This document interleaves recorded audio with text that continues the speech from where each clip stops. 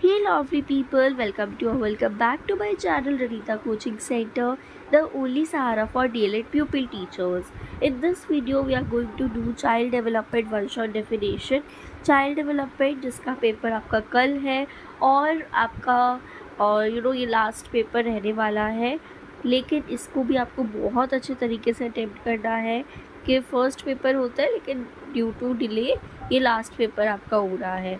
ठीक है, तो इसको बहुत अच्छे तरीके से कल करके आना पेपर को। सारी चीज़ें अपलोडेड है ऑलरेडी। मैंने चाइल्ड डेवलपमेंट की सीडी की प्लेलिस्ट बना रखी है जो मैं डिस्क्रिप्शन में डाल दूँगी। वो प्लेलिस्ट की सारी वीडियोस अच्छे से देख लेना, बहुत ही ज़्यादा हेल्पफुल और बहुत ही ज़्यादा इम्पॉर्टेंट रहने वाली है हर एक वीडियो। इसके अलावा अगर आपको और कुछ भी चाहिए चाइल्ड डेवलपमेंट से रिलेटेड तो आप मुझे कमेंट करके बता सकते हो। और आपको आपके एग्ज़ाम्स के दौरान हमारा रनीता कोचिंग सेंटर का चैनल कैसा लगा, हेल्पफुल लगा या नहीं, वो भी ज़रूर बताना कमेंट करके या टेलीग्राम चैनल ज्वाइन करके ज़रूर बताना।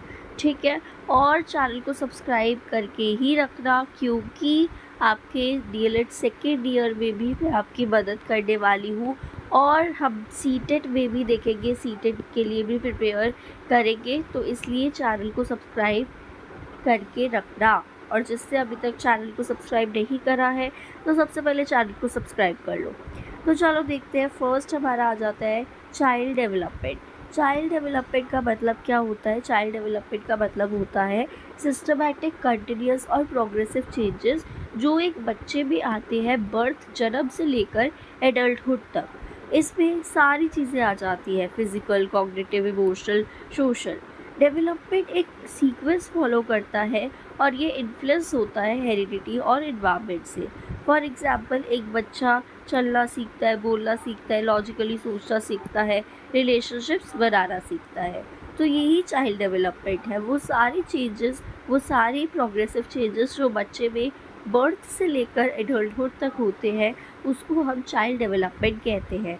Next, growth. ग्रोथ का मतलब क्या होता है? ग्रोथ सिर्फ एक क्वांटिटेटिव चेंज है, ठीक है, जिसको हम मेजर कर सकते हैं। जैसे कि बच्चे की हाइट बढ़ रही है, वेट बढ़ रहा है, साइज़ बढ़ रहा है, ये मेजरेबल होती है और ये रिलेटेड होती है फिज़िकल डेवलपमेंट से। फॉर एग्ज़ाम्पल, बच्चे की जब हाइट बढ़ती है या वेट बढ़ता है तो यही आपकी क्या होती है? ग्रोथ होती है। और ग्रोथ डेवलपमेंट का एक पार्ट होता है छोटा सा। आगे डेवलपमेंट। अब देखो डेवलपमेंट क्या है? डेवलपमेंट में आपके क्वालिटेटिव चेंजेस आ जाते हैं, जैसे कि चेंजेस बिहेवियर, एबिलिटी, स्किल्स। ये कंटिन्यूस होता है, लाइफ लॉन्ग होता है और इसमें मेंटल, इमोशनल, सोशल चेंजेस आ जाते हैं। For example, a child improving in reasoning and problem solving skills. और ये देखो क्वालिटेटिव भी है और क्वांटिटेटिव भी होगा क्योंकि ग्रोथ जो है वो डेवलपमेंट का भी पार्ट है। आगे देखते हैं हेरिडिटी। हेरिडिटी क्या होता है? हेरिडिटी ट्रांसमिशन होता है फिजिकल या मेंटल कैरेक्टरिस्टिक का पेरेंट से बच्चों में थ्रू जीन्स। ये डिटरमाइन करता है traits like height, intelligence and I colour. तो आपके जो पेरेंट्स हैं उन पे ही आपका आई कलर गया होगा या हेयर कलर या फिर कलर जो आपका स्किन कलर है, वो सारी चीज़ें, हाइट, वेट। ठीक है, तो for example, a child having curly hair like parents, इसी को हम क्या कहते हैं? इसी को हम हेरिडिटी कहते हैं, वो कैरेक्टरिस्टिक जो बच्चे को अपने पेरेंट्स से मिलते हैं। Next, environment. एनवायरनमेंट वो सारे एक्सटर्नल फैक्टर्स हैं जो इन्फ्लुएंस करते हैं बच्चे की डेवलपमेंट को, जैसे कि फैमिली को, स्कूल को, कल्चर को और सोसाइटी को। फॉर एग्जाम्पल, एक सपोर्टिव स्कूल इन्वायरनमेंट जो है वो इम्प्रूव करता है लर्निंग एबिलिटी को। Next, developmental task. Developmental task specific skills और बिहेवियर होता है जो एक एक्सपेक्टेशन होता है कि इस टाइम पीरियड तक या इस पर्टिकुलर स्टेज ऑफ लाइफ तक बच्चा इस स्किल को लर्न कर लेगा। Successful completion leads to happiness while failure may cause difficulty. For example, ये माना जाता है, ये एक्सपेक्टेड होता है कि बच्चा जो है वो रीडिंग करने लग जाएगा ड्यूरिंग अर्ली स्कूल ईयर। तो इसी को हम क्या कहते हैं? डेवलपमेंटल टास्क कहते हैं, जो एक एक्सपेक्टेड स्किल, एक स्पेसिफिक स्किल होती है कि बच्चा इस पर्टिकुलर स्टेज तक ये स्किल सीख जाएगा। Next, naturalistic observation. नाम से ही पता चल रहा है ये मेथड होता है बच्चों को पढ़ने का by observing them in their natural environment. बच्चों को हम क्या कर रहे हैं? एक तरह से इवैल्यूएट कर रहे हैं उनको नेचुरल इन्वायरमेंट में ऑब्जर्व करके विदाउट एनी इंटरफियरेंस। ये हेल्प करता है रियल बिहेवियर, बच्चे के रियल बिहेवियर को समझने में। फॉर एग्जाम्पल हम बच्चे को ऑब्जर्व कर रहे हैं जब बच्चा प्लेग्राउंड में खेल रहा है।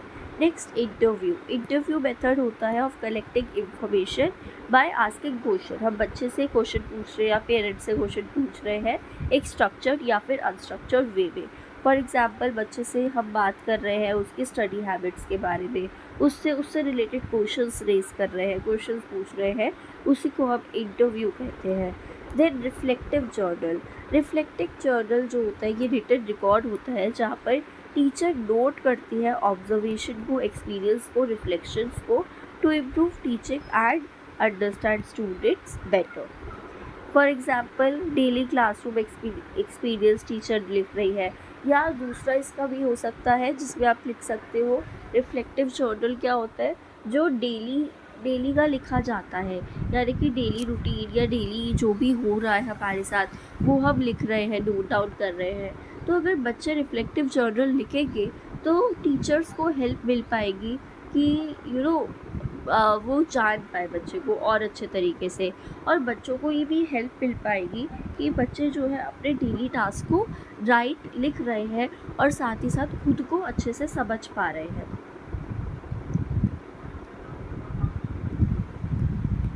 Next case study in depth और डिटेल स्टडी होती है एक इंडिविजुअल चाइल्ड की to understand behaviour, problem and development.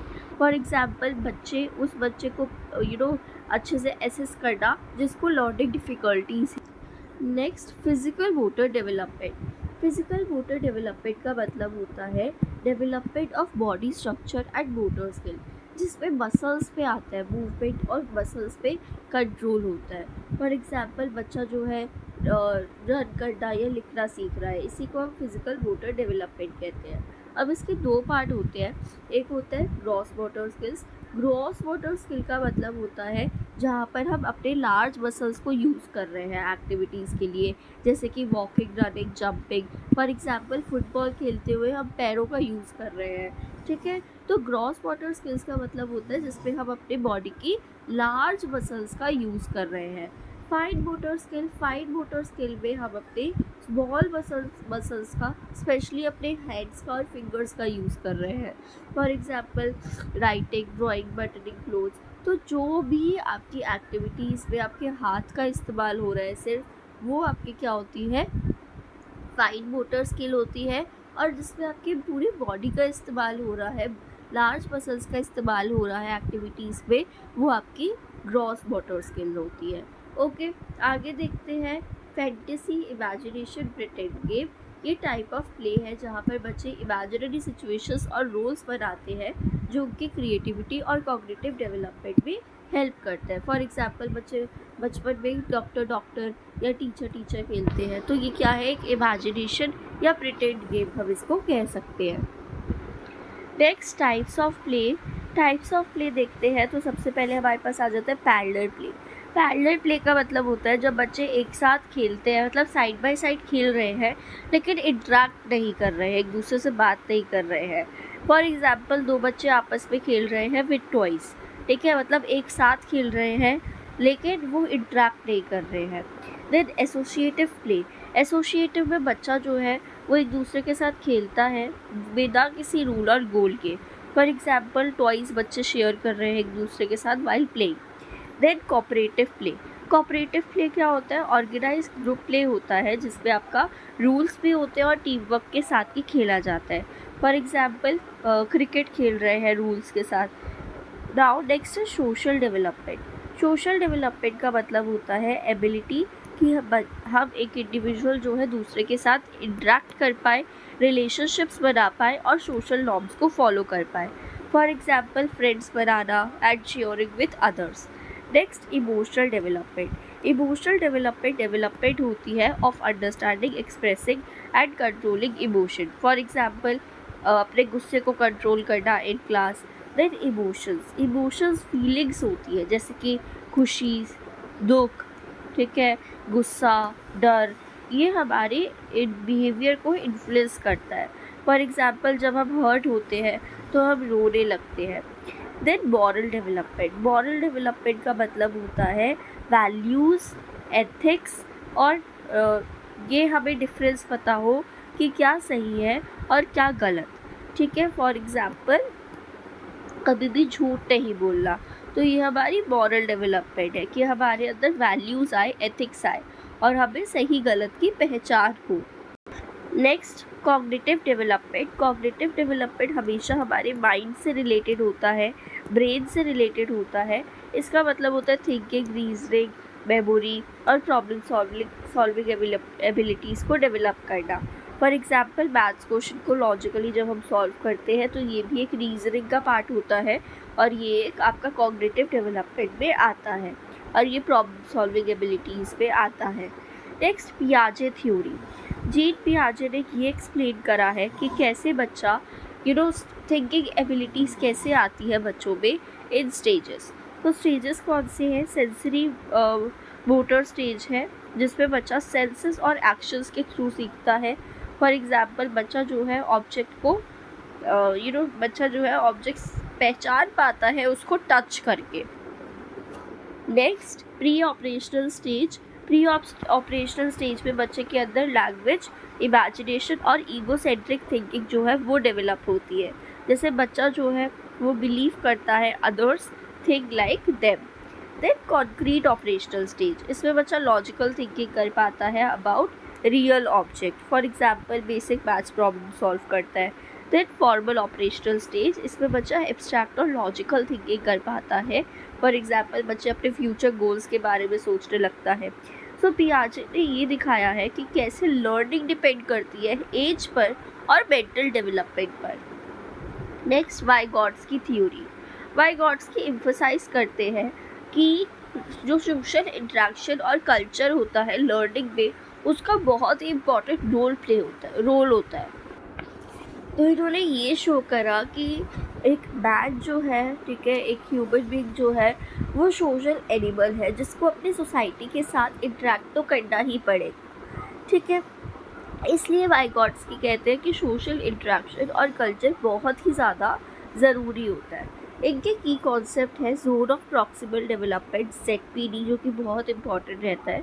ये डिफरेंस होता है between what a child can do alone and with help. इसको मैंने डिटेल में एक्सप्लेन करा है सारे पियाजे का भी और वाइगॉट्स्की का भी आपके जो आपके वीडियोस बन रखे हैं यूनिट वाइज, उसमें मैंने इसको डिटेल में एक्सप्लेन कर रखा है, वो वीडियोस भी ज़रूर देख के जाना।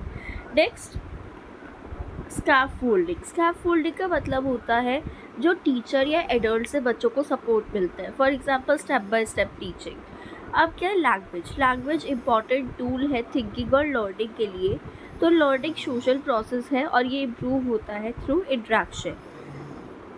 नेक्स्ट पर्सनालिटी डेवलपमेंट का मतलब होता है development of behaviour, attitude and traits जो एक पर्सन को यूनिक बनाता है। फॉर एग्जाम्पल एक कॉन्फिडेंट बच्चा है और एक शाय बच्चा है, तो ये दोनों चीज़ें इन बच्चों को क्या बना रही है, आपस में इन दोनों बच्चों को अलग कर रही है। नेक्स्ट सेल्फ कॉन्सेप्ट ये दिखाता है कि कैसे बच्चा एक खुद को देखता है और अंडरस्टैंड करता है। देन सेल्फ एस्टीम का मतलब होता है वैल्यू और रिस्पेक्ट जो एक बच्चा खुद को देता है। फॉर एग्जाम्पल सक्सेस के बाद प्राउड फील करना। Defence mechanism, this is also very important. Defence mechanism unconscious way होता है स्ट्रेस को कम करने का और खुद को प्रोटेक्ट करने का, जैसे मिस्टेक को डिनाई करना या फिर अपनी गलती दूसरों पर डाल देना, या फिर अगर फॉर एग्जांपल आपके घर में किसी की डेथ होती है, ठीक है, जैसे आपने देखा होगा कि जब किसी की डेथ होती है जो आपके बहुत करीब हो, किसी के बहुत करीब हो, तो वो क्या कर देता है, उसको मानता नहीं है, डिनाई कर देता है कि ऐसा तो हुआ ही नहीं है। तो ये क्या है, ये भी एक तरीके का डिफेंस मैकेनिज्म होता है। देन लाइफ स्किल्स वो एबिलिटीज़ होती है जो इंडिविजुअल को हेल्प करती है कि वो इफ़ेक्टिवली डील करे with daily life challenges. For example decision making, communication, problem solving. तो ये क्या है, ये ऐसी एबिलिटीज़ है जो हमारे अगर कोई भी हमारे पास चैलेंज आए हम उसको सॉल्व कर पाए प्रॉब्लम सॉल्विंग एबिलिटी से, ठीक है, या अपने डिसीजन ले पाए अच्छे, या कम्युनिकेट करके उस चैलेंज को ठीक कर ले, ठीक है, ओवरकम कर ले। Okay, so this is all about this video. If you like this video and if you find this video helpful, then please like, comment and subscribe the channel.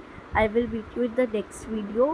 तब के लिए happy learning and all the best for exam। और playlist में जितनी भी videos है वो सारी देख के जाना है एग्ज़ाम में, क्योंकि सारी videos बहुत ही ज़्यादा helpful रहने वाली है। चलो, all the best for your exam।